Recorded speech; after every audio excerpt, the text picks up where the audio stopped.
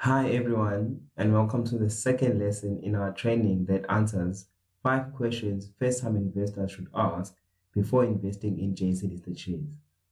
I'm your instructor, Samkele Magoko, aka Chief Kase Economist, but you can also call me the government guy. Before I start with today's lesson, which will explore the different reasons why you should start investing on the JSE, I'd like to paint a vivid picture for you. A picture about the state of the South African economy and how investing in financial markets can help improve not only the economic well-being of our people, but their social well-being too. South Africa is amongst the leading countries when it comes to unequal distribution of income and wealth in the world. The rich keep on getting richer, while the poor keep on getting poorer. The distribution of income and wealth is lopsided, and the gap between the have and the have-nots keeps on widening instead of becoming narrower. According to stats published by Stats SA, the richest 20% of the population account for about 61% of consumption, while the poorest 20% of the population only account for 4.3% of national consumption. Here's a screenshot I actually took on the Stats SA website, which backs up what I just said. This data is summarized by a statistic known as the Gini coefficient, which is a number between 0 and 1. The Gini coefficient basically measures the income distribution of a country, where 0 indicates perfect equality and 1 indicates perfect inequality.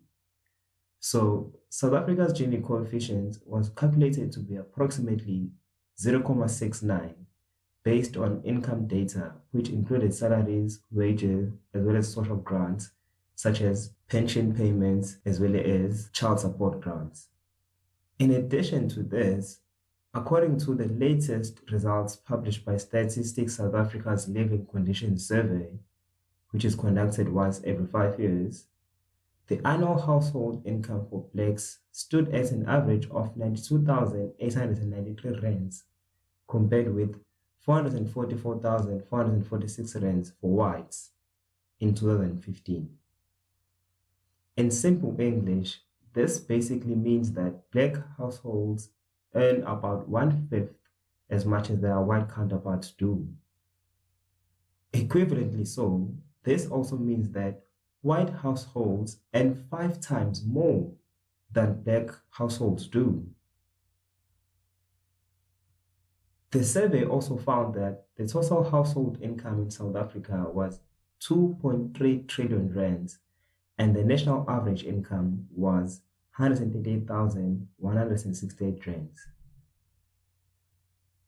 With that said, even though black Africans account for more than 80% of the 55 million population and whites a little over 8%, the survey reveals that white households earn 5 times higher income than that of black households.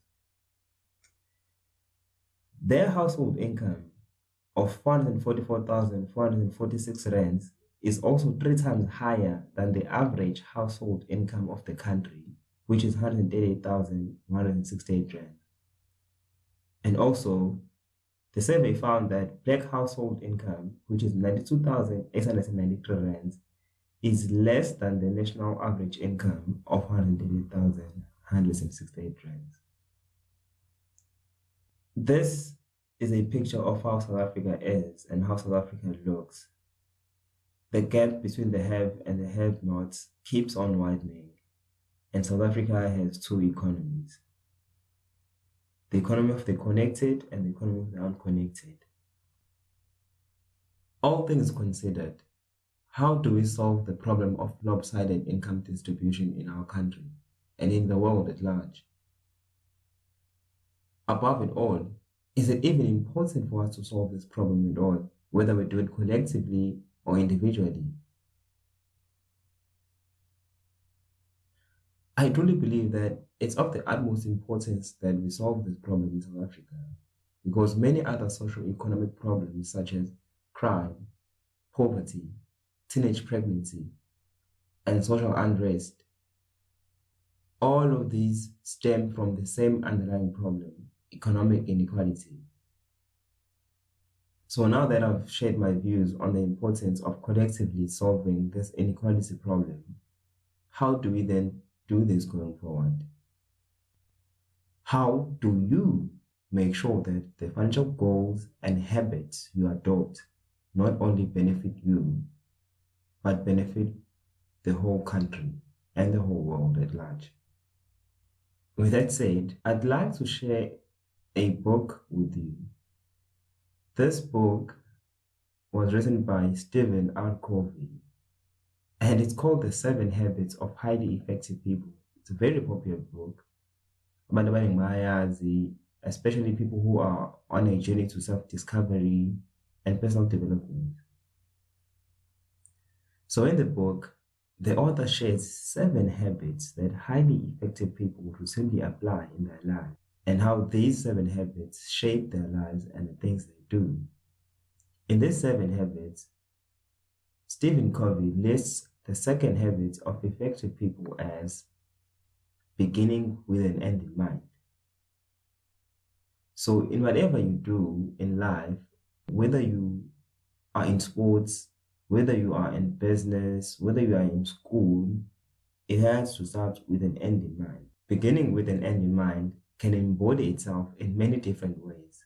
And one of these ways is to have financial goals that you set up before you actually start investing in shares or in any other financial products. These financial goals are the main reasons why you should start investing in shares. What do you want to achieve by investing in financial markets? Think about it. Do you want to invest in your child's education? Do you want to invest towards your retirement? And above all, what time frame do you want your returns? Once you understand all of these goals and these questions, then you'll definitely be ready to start investing in financial markets. And in addition to having an end goal in mind and starting with the reason why, another question you should ask yourself is, can investing in shares really allow you to achieve your financial goal? Can you really save towards your child's education and create an educational plan for your son or for your daughter? Can you start investing today in order to retire comfortably in the next 10, 15, or 20 years? In fact, is share investing really worth it? Because I've talked about all of these social problems, I've talked about the inequality of income in South Africa, but can investing in shares really solve this problem? Can it allow you to achieve financial freedom? Well, in my opinion, I definitely believe that investing in shares is really worth it. And this is why you should start investing in shares, to solve inequality in your own life and in your own country. No one's coming here to save you. Think about it. As Black people, we've been tortured, there's a lot of things that have been done to us as Africans on the African continent and over and above the whole world and across the whole world. And crying victim all the time and saying, no, we are victims of this and that is always going to take us back. It's not going to push us forward and make us better as a people and as a nation. So I believe that in order for us to solve inequality in the country and in the world, it's by educating ourselves and by also investing in businesses and starting our own businesses. So this is the start. If you want to learn how to invest and want to invest in financial markets and invest in shares, invest in Forex, invest in other exchange traded funds and commodities such as oil, gold, copper, and so on, continue with this course and be dedicated, because over and above working and earning money in the form of a salary or a wage, you can also earn money in the form of capital gains profits, in the form of dividends income, and so on. So start investing. It will not only be beneficial to you, but it will be beneficial to the country as a whole. It will be beneficial to your loved ones. Invest towards your child's education. Invest towards your retirement. These are all the things you can do for yourself instead of complaining about the government and complaining about the system and complaining about other people and not having money and complaining and complaining and complaining.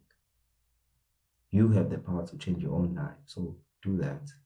We've come to the end of our lesson, and please make sure to join us on the next lesson where we start with module 2 of the course and answer the first and most important question, which is, how do you buy shares in a JSE listed company?